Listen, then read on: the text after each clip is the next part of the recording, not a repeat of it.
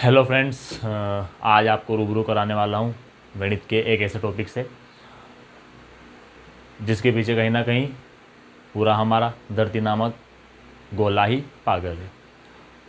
हमारा समाज भी उसके पीछे पागल है, क्योंकि ये जो चीज़ है ऐसी है जो बहुत सारी लड़ाइयों को जन्म देती है। इसके ऊपर हमारा लगभग पूरा यूँ कहें कि जो आर्थिक ढांचा है वो टिका हुआ है। कहीं ना कहीं इसी के बल पर किसी देश की जो है तरक्की भी निर्भर करती है। और उसी टॉपिक के बारे में हम आज पढ़ने वाले हैं, ब्याज। ठीक है, ब्याज से ही पूरी लेन देन चल रही है इस दुनिया की। बैंक हमें लोन देती है, बदले में हमसे ब्याज लेती है। कंपनियां हमें लोन देती है, बदले में हमसे ब्याज लेती है। हम किसी से लोन लेते हैं, परिवार में या किसी रिलेशन वाले से या किसी साहूकार से, बदले में वो हमसे ब्याज लेता है। हम किसी को उधार देते हैं, हम भी उससे ब्याज लेते हैं। जितनी ज़्यादा लेन देन होगी ब्याज पैसे की, उतना ज़्यादा आर्थिक ढांचा मजबूत होगा। इसलिए कह सकते हैं कि ब्याज का बहुत बड़ा रोल भी है हमारे समाज में भी और देश में भी। ठीक है, तो आखिर ब्याज है क्या, पहले ये हम सोचें इसको डिफ़ाइन करने की। तो ब्याज क्या है? ब्याज एक तरीके से सिर्फ एक भाड़ा है जो पैसे पर लिया जाता है, भाड़ा या किराया। जैसे आप अपने किसी मित्र की शादी में गए, वहाँ पर अच्छा सा सूट आपने डाल लिया, ब्लेज़र वगैरह पहन लिया, और जब शादी से वापस लौटे तो उसके बदले में आपको कुछ पैसे देने पड़ेंगे, क्योंकि जो ब्लेज़र था वो भाड़े का था। तो भाड़े का आप ब्लेज़र पहन के आप किसी की शादी में गए और बदले में उस ब्लेज़र के आपने दुकान वाले को कुछ भाड़ा दिया, किराया दिया। तो कुछ किसी भी वस्तुओं पर जो लगने वाला कोई एक तरीके से हम उन्हें जिस चीज़ को हम खरीद लेंगे वो तो हमने पैसे देके खरीद लिया, लेकिन अब जिसको हम खरीद नहीं पा रहे और हम उसका यूज़ कर रहे हैं, सिर्फ हम उसका इस्तेमाल कर रहे हैं, तो बदले में हमें भाड़ा या किराया देना पड़ता है। ठीक है, तो सेम चीज़ अगर पैसे के मामले में हो जाएगी तो पैसे को तो कोई वैसे भी नहीं खरीद सकता। तो यूज़ करने के लिए हम किसी का पैसा ले रहे हैं तो बदले में हमें भाड़ा देना पड़ेगा, किराया देना पड़ेगा, और इसी को हमने ब्याज बोल दिया। यानी कि पैसे के ऊपर लिया गया भाड़ा या किराया ब्याज कहलाता है। ठीक है, इसकी जो बेसिक टर्मिनोलॉजी है, सबसे पहले हम उसे समझने की कोशिश करेंगे कि आखिर टर्म्स क्या क्या यूज़ होते हैं। उसके बाद हम कॉन्सेप्ट पे जाएंगे। क्वेश्चंस वगैरह सोल्व करना कोई बड़ी बात नहीं है, कॉन्सेप्ट को समझना बहुत बड़ी बात है। ठीक है, तो इसमें जो टर्मिनोलॉजीज यूज़ होती है वो है, सबसे पहले आ जाता है हमारा मूलधन। इसको हम इंग्लिश में प्रिंसिपल बोलते हैं। ठीक है, हम दोनों बाईलिंगुअल होकर चलेंगे, दोनों लैंग्वेजेस में पढ़ेंगे ताकि सारे विद्यार्थी, सारे स्टूडेंट्स हमसे कनेक्ट हो पाएँ, हिंदी इंग्लिश का कोई चक्कर ना पड़े। मूलधन के बाद आ जाती है दर, जिसे हम रेट बोलते हैं। उसके बाद आ जाता है हमारा समय, टाइम। ठीक है, उसके बाद आता है हमारा ब्याज, जिसके ऊपर पूरा गेम चल रहा है। ठीक है, इसको हम इंटरेस्ट बोलते हैं। और उसके बाद आता है मिश्र धन। ठीक है, मिश्र धन को इंग्लिश में जो वर्ड इसके लिए डिसाइड किया गया है उसके ऊपर मुझे थोड़ा सा क्या कह सकते हैं, डाउट तो नहीं है, लेकिन थोड़ा अजीब है। अमाउंट का मतलब तो पैसा होता है, वो कुछ भी हो सकता है, वो ब्याज भी हो सकता है, वो मूलधन भी हो सकता है, कुछ भी हो सकता है। मिश्रधन को ही अमाउंट बोल दिया। तो अगर हमें किसी और अमाउंट के लिए कोई वर्ड यूज़ करना है तो हम क्या करेंगे? ठीक है, लेकिन कोई बात नहीं, हम तो क्या ही कर सकते हैं, पढ़ना है तो हम पढ़ेंगे। ठीक है, हाँ, सबसे पहले आता है दर, जो कि एक बहुत इंपॉर्टेंट रोल निभाता है इस चैप्टर में। अधिकतर बार हमें दर ही फाइंड करने को बोली जाती है। अगर क्वेश्चन का लेवल अच्छा है, बेसिक्स से थोड़ा सा एडवांस जा रहे हैं, क्वेश्चन का लेवल अच्छा बनता है, तो दर फाइंड करने के लिए बोला जाता है हमसे कि दर क्या हो सकती है ना। अब दर क्या है? दर दो तरीके से हमें सुनने को या देखने को मिलती है। हमारी लोकल जो लैंग्वेज है, हमारे आसपास का जो क्षेत्र है, यहाँ पर जो साहूकारी ब्याज वगैरह लगता है या जब हम आपस में बातें करते हैं तो बोलते हैं कि ब्याज तो वो, पैसे तो वो दे देगा, लेकिन ब्याज लेगा वो 2 रुपये सैकड़ा से। क्या लेगा वो ब्याज? 2 रुपये सैकड़ा से वो ब्याज लेगा, या फिर 5 रुपये सैकड़ा से, है ना, ऐसा कुछ बोलते हैं। इसका मतलब क्या हो रहा है? 2 रुपये सैकड़ा मतलब 100 रुपये पे 2 रुपये ब्याज ले रहा है। वो क्या ले रहा है? 100 रुपये पे 2 रुपये। अभी यह डिपेंड करता है कि वो मंथली ले रहा है या ईयरली ले रहा है। ईयरली ले रहा है, जैसे कि जनरली हमारे आसपास का जो इलाका होता है, जनरली गांव में या हम जिससे भी ले रहे हैं वो मंथली लेते हैं ना। बाकी जो बैंक्स वगैरह होती है वो ईयरली लेती है। तो ये बहुत बड़ा एक फ़र्क होता है कि बैंक्स वाले लोन में और आसपास वाले लोन में। ठीक है, 5 रुपये सैकड़ा का मतलब 100 रुपये पे 5 रुपये लोन, 5 रुपये ही ब्याज, है ना। तो 100 रुपये पे 2 रुपये या 100 रुपये 5 रुपये ही उसकी ब्याज रेट बन जाती है। इसके नीचे का अगर 100 में हटा दूँ तो ये 2% बन जाता है और ये 5% बन जाता है। तो ये हमारी बुक की लैंग्वेज हो जाती है और ये हमारी लोकल लैंग्वेज हो जाती है, ठीक है। इसको डिफाइन इस तरीके से करते हैं कि 100 रुपये पे प्रति 100 रुपये पे 1 साल के लिए, ये बहुत इंपॉर्टेंट है। 100 रुपये पे 2 रुपये ब्याज जो ले रहे हैं वो हमेशा के लिए तो नहीं है, कहीं 10-12 साल के लिए लिया जा रहा है तो, है ना, ऐसा भी हो सकता है। लेकिन 100 रुपये पे प्रति 100 रुपये पे लिया जाने वाला ब्याज 1 साल के लिए, वही हमारी दर कहलाती है। यानी कि 100 रुपये पे 1 साल के लिए जो भी ब्याज लिया जा रहा है वो हमारी रेट ऑफ इंटरेस्ट है, यानी कि दर है, ठीक है। तो दर हमारा इतना सा कॉन्सेप्ट है। समय मतलब समय है, 2 साल के लिए लिया जा रहा है या 5 साल के लिए लिया जा रहा है। जनरली ये वर्षों में चलता है, ईयरली चलता है। कभी कभी स्पेसिफिक क्वेश्चंस में अगर एडवांस लेवल का सवाल है तो हमें मासिक दर दे दी जाती है, महीने दे दिए जाते हैं, वरना जनरली ईयर्स में होता है ना। ब्याज मतलब ब्याज ही है जो फाइनली आने वाला है। मिश्रधन थोड़ा सा समझने लायक है। जब मूलधन में यानी कि जो स्टार्टिंग का पैसा है उसमें अगर हम ब्याज जोड़ दें, उसके बाद हमें जो मिलेगा वो हमारा मिश्रधन रहेगा, ठीक है। अब आता है सबसे इम्पोर्टेंट मूलधन। यही है वो टॉपिक जिसकी वजह से सारी लड़ाइयाँ शुरू हो रही है। यानी कि मूलधन is the main part here.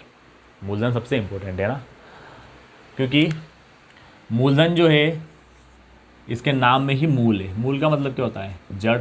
यानी कि इस पूरे गेम की शुरुआत ही मूलधन से हो रही है। अगर मूलधन ही ना होता तो ना तो दर होती, ना समय होता, ना ब्याज होता, ना मिश्रण होता।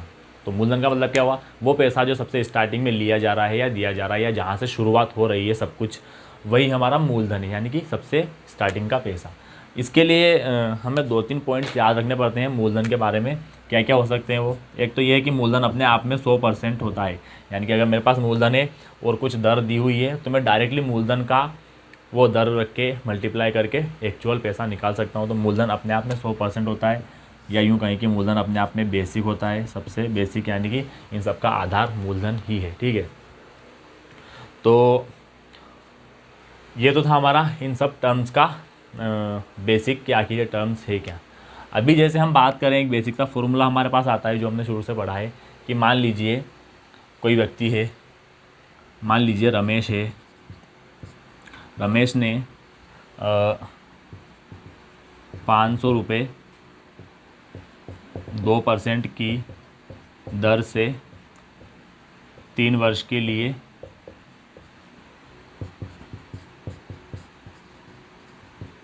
उधार लिए, ठीक है। तो ब्याज क्या है? अगर ये बेसिक सा एक क्वेश्चन है जिसमें ब्याज ही फाइंड करने के लिए दिया गया है और बड़ा ही सिंपल सा क्वेश्चन है। इसका मकसद ये नहीं है कि हमें आंसर निकालना है कि ब्याज कितना बढ़ेगा। इसका मकसद ये है कि हम इसको यूज़ करके फॉर्मूला कैसे बना सकते हैं, ठीक है। तो अगर मूलधन 500 रुपये है, ठीक है, और 2% की दर उस पर लग रही है, तो मैंने क्या कहा था कि जो मूलधन है हमारा वो बेसिक से, उस बेसिक है उसके ऊपर डायरेक्टली हम दर निकाल सकते हैं। यानी कि 500 का 2%, ठीक है भाई, जो 2% लिया जा रहा है वो 500 का ही लिया जा रहा है ना, तो 2% भी तो 500 का ही निकलेगा। यानी कि 500 का 2% निकालेंगे, परसेंट हटेगा, नीचे आ जाएगा 100। अभी ये तो एक ही बार का हुआ ना, 500 का 2% एक बार निकलेगा, यानी कि ये सिर्फ 1 साल का हुआ। पैसा ले रहा है वो 3 साल के लिए, तो इसे 3 से मल्टीप्लाई भी कर देंगे, ठीक है। अभी देखिए 2 0 से 2 0 गई, 2 3 6, 2 3 6 और 6 5 30 रुपये। 30 रुपये उसका ब्याज बना है ना। तो ब्याज तो कोई बड़ी बात नहीं, हमने निकाला। हमने इस फॉर्मूले को कैसे जन्म दिया वो आप देखिए। ब्याज का फॉर्मूला इस तरीके से हमारे पास क्या बन रहा है यहाँ पे, मूलधन इंटू दर इंटू समय, ठीक है। ये हमने रख दिया यहाँ पे, मूलधन इंटू दर इंटू समय और बटे 100, ठीक है। तो जो नीचे 100 आ रहा है ये दर का परसेंट हट के आने वाला ही 100 है, ठीक है। इसमें सोचना नहीं है कि ये कहाँ से आ गया, ठीक है। तो यही वो फॉर्मूला है जो हम बचपन से पढ़ते आ रहे हैं। इसमें कुछ फॉर्मूला जैसा है नहीं, ये बेसिकली हम मल्टीप्लाई करके रेट और टाइम को मल्टीप्लाई करके वही ब्याज निकाल रहे हैं जो आना चाहिए। लेकिन हमने फॉर्मूले का नाम दे दिया था कि ज़्यादा सोचना ना पड़े, ठीक है। तो ये था हमारा फॉर्मूले का बेसिक। इसी फॉर्मूले को यूज़ करके हम 2-4 फॉर्मूलाज और क्रिएट कर सकते हैं, ठीक है। जैसे अगर मैं मूलधन को यहीं पे रहने दूं और बाकी सबको इधर की साइड ट्रांसफ़र कर दूं तो क्या बन जाएगा मेरे पास, ब्याज इंटू 100 बटे में समय इंटू दर। ये समय और दर इसके नीचे आ गए है ना। तो एक फॉर्मूला ये बन गया। उसी तरीके से दर का भी एक फॉर्मूला बन सकता है और एक फॉर्मूला समय का भी बन सकता है, ठीक है। तो ये 3-4 फॉर्मूले हमारे पास आ सकते हैं इस एक सिंगल फॉर्मूला से, ठीक है। पोस्ट कर। तो ये फॉर्मूला था ब्याज का, मूलधन इंटू दर इंटू समय बटे 100। इससे हम बाकी फॉर्मूले कैसे बना सकते हैं वो देख लेते हैं फटाफट, ताकि फिर बाद में क्वेश्चन सोल्व कर पाएंगे। मूलधन का फॉर्मूला क्या बन सकता है, यहाँ से ब्याज क्रॉस मल्टीप्लिकेशन तो आप सभी को आता होगा, इतनी उम्मीद तो मैं कर सकता हूँ ना। 100 जाएगा इसके पास में और दर और समय आ जाएगा इसके नीचे, दर इंटू समय। एक फार्मूला ये बन गया। अगला फार्मूला हमारे पास क्या बन सकता है, दर का बन सकता है, ठीक है। सेम बनेगा, ब्याज इंटू 100 बटे में आ जाएगा मूलधन इंटू समय, ठीक है। लास्ट बचता है हमारे पास समय का, वो भी हम लोग निकाल लेते हैं कैसे बनेगा। ब्याज इसके पास में चला जाएगा 100 बटे में आ जाएगा मूलधन इंटू दर। तो ये 4 फार्मूले हैं, इनको याद करने की ज़रूरत पड़नी नहीं चाहिए, क्योंकि हमारे पास जो एक बेसिक सा फार्मूला है उससे ये सारे फार्मूलास हमारे बन जाते हैं। लेकिन फिर भी अगर याद रखना चाहे तो रख सकते हैं, ठीक है दोस्तों। तो ये तो 4 फार्मूला हो गए बिल्कुल बेसिक से। इनसे रिलेटेड एक सवाल, हालांकि ये यूनिक सवाल की कैटेगरी में आता है, क्योंकि इसमें थोड़ा सा हमें सोचना पड़ता है, मतलब सवाल कठिन नहीं है लेकिन सोचना पड़ता है, ठीक है। सवाल है कि कितने समय में कोई धन अपने आप का 4 गुना हो जाएगा यदि ब्याज की दर 12% है, ठीक है।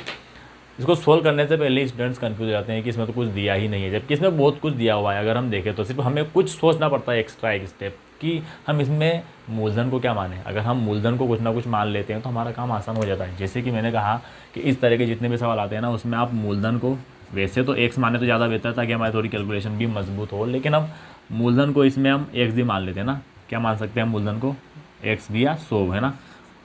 जनरली 100 माने तो इस तरह के क्वेश्चन बहुत आसान हो जाते हैं ना। तो क्या बोल सकते हैं हम, माना कि मूलधन क्या है, 100 रुपये है, ठीक है। अब देखिए, कोई धन अपने आप का 4 गुना हो जाएगा, मैंने क्या कहा था, मिश्र धन क्या था, मूलधन में कुछ ना कुछ जुड़ता है और वो कुछ ना कुछ क्या है, ब्याज है। यानी कि मूलधन में जब ब्याज जुड़ता है तब मिश्र धन बन जाता है। तो ये जो मूलधन हमने 100 रुपये माना है, ये कोई धन 100 रुपये ही है, ठीक है, हमने मान लिया। अपने आप का 4 गुना हो जाएगा, 4 गुना हो रहा है मतलब वो 100 से कितना बन रहा है, 400 बन रहा है। और ये 400 बना, ये क्या है, मिश्र धन ही है ना। अगर 100 से 400 बन गया तो इस 400 को हम क्या नाम देंगे, मिश्र धन ही तो देंगे, ठीक है। और इस हिसाब से हमारा ब्याज क्या आ जाएगा, अगर 100 से 400 हुआ है तो इसमें 300 रुपये प्लस हुए हैं ना, और यही 300 रुपये ब्याज है, ठीक है। यानी कि हमारे पास मूलधन है, मिश्र धन है और ब्याज भी है। अभी बात करें कि वो पूछा है कि कितने समय में, तो अगर हमारे पास समय का फॉर्मूला है और सारी चीज़ें हैं तो हम निकाल सकते हैं। समय का फॉर्मूला क्या होता है, ब्याज इंटू 100 बटे में मूलधन इंटू दर, ठीक है। ब्याज हमारे पास यहाँ पे है, मूलधन हमने माना हुआ है और दर इसमें ऑलरेडी दी हुई है, ठीक है। तो हम डायरेक्टली फॉर्मूले का यूज़ करेंगे, ब्याज इंटू 100 यानी कि 300 इंटू 100 बटे में मूलधन कितना था हमारा, 100 इंटू दर, ठीक है। 100 से 100 गया, 12 से काटेंगे, 12 दूना 24, 12 पंजे 60, यानी कि 25 वर्ष हमारा यहाँ पे आंसर आ जाएगा, ठीक है। तो बड़ा ही बेसिक सा सवाल था, लेकिन कॉन्सेप्ट की बात करें, कॉन्सेप्ट अगर क्लियर है तो सवाल आसानी से हो जाते हैं, ठीक है।